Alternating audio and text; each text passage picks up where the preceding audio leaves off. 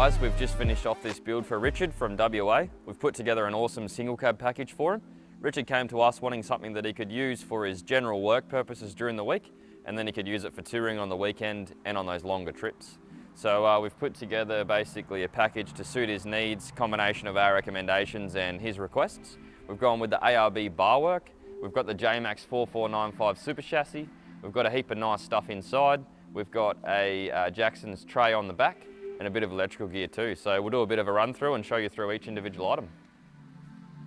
We've got the ARB bar, which is the matte black variant with the large tube. Both the bigger tube and the matte black complement everything else going on with this car. We've got the Warn Xeon winch mounted in there, 12,000 pound, and the Ultravision 180 Max lights. These are one of our favourite lights. The output's incredible, the quality's excellent, and the colour temperature of 4,000 Kelvin's really nice as well.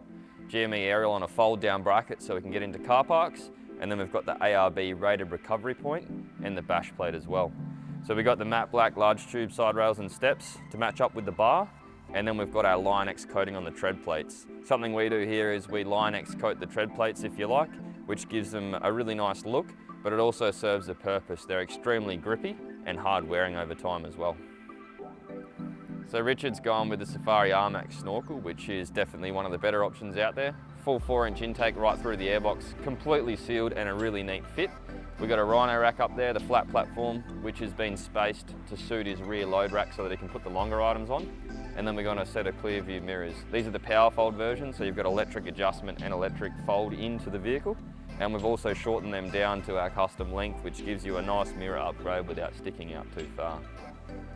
Under the bonnet, we've got a set of bonnet struts to make life a bit easier. We've done the diff breathers, front, rear, gearbox and transfer. Got a pre-filter with an inbuilt water alarm, and then we've also got the catch can as well.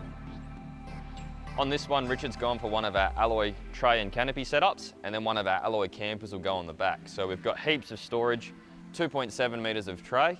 With this setup here, we've got 2.1 metres of tray, which is the same as most extra cabs, and a 600mm canopy up the front.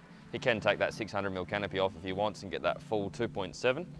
On the driver's side here, we've got room for our 35-inch spare tyre, and then on the other side we've got a bit of shelving.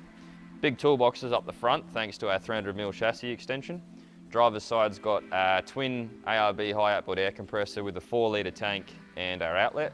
Still plenty of room for storage.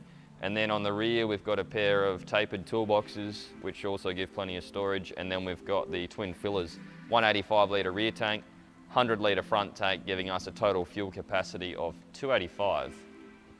We've got the rear load rack, so Richard can carry his longer items right through to his roof rack for work, and then obviously this will unbolt, as will the sides when he puts his camper on the back.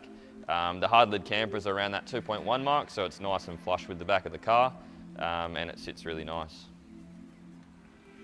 We've got the Jmacx rear end, the Super Chassis, so we cut the factory chassis off at the back of the cab, and then we slide the Jmacx clip over the factory chassis and it gets fully welded into place. It's extremely strong. It incorporates that 300mm chassis extension.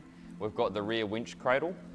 Richard hasn't gone for a rear winch on this particular vehicle, but the option is there. Inbuilt tow bar, which is rated to 4 tonne. The rear 185-litre tank is part of the package, and this chassis is built around coils rather than leaves, so we convert the rear to coil springs. This vehicle, as it sits at the moment, completely empty, rides really, really well, and it can still handle the weight right up to that 4.5 tonne GVM. We've got the stainless steel Torqit exhaust included as part of the package, and obviously our track corrected diff housing, which they're rated at 2850 in this kit for your axle load.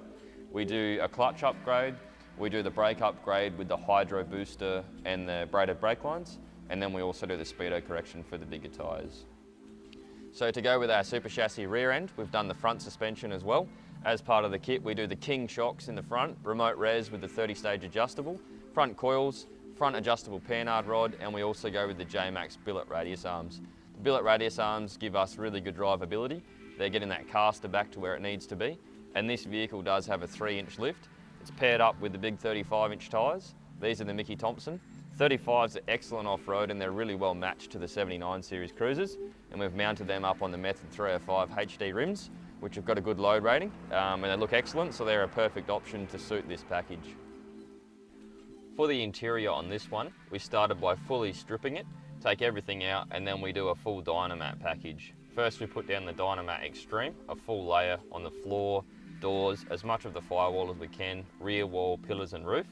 Then we do a layer of our Dynaliner acoustic foam, and then we put the carpet back into place, and it really changes the feel and sound of the vehicle. It gets rid of a lot of road noise and vibration. We've then bolted in the Recaro leather seats, which are custom trimmed to the colours to suit this vehicle. They've got the air lumbar support and the heating in those seats as well. We've got a cruiser consoles, centre console with fridge. So we've got our fridge mount for the 11 litre Waco, and then we've also got centre console with cup holders, coin tray, and your power outlets. Richard's gone for the GME XRS UHF, which is one of our favourite UHF packages. And then for our sound system, we've put in the Alpine 9-inch head unit, which incorporates the Hema off-road mapping, and paired that up with a set of cruiser console speaker pods with the Alpine Type R speakers. And then up the top here, we've got the cruiser console's roof console with a good bit of storage, and the touch lights as well, which are excellent. I'll show you the dual battery system. We've done a little custom setup behind the driver's seat. This features a Red Arc Slimline 60 amp battery. It's charged with the Red Arc BZ EC charger, and this is to take care of all of his power needs inside the cabin. We've got the center console fridge, we've got the power outlets on the center console and the power outlets on the roof console. And then we've also put a fridge plug on the tray. He's going to run a fridge on there when he doesn't have his camper on the back, so that he can keep his lunch cold and some drinks. And he's also got some power outlets inside the canopy, which is going to charge some power tools from. There's a full standalone electrical system inside the camper, so when he's touring, this won't really be needed. But this is just so that he's got a dual purpose for that touring in that trade. He's got electrical sorted out for both of those applications. We're really happy with how it's turned out. We hope you guys love it. We know Richard's going to enjoy it. I'll go and get it cleaned up by the boys for a final detail, and then we'll have it ready for handover to Richard.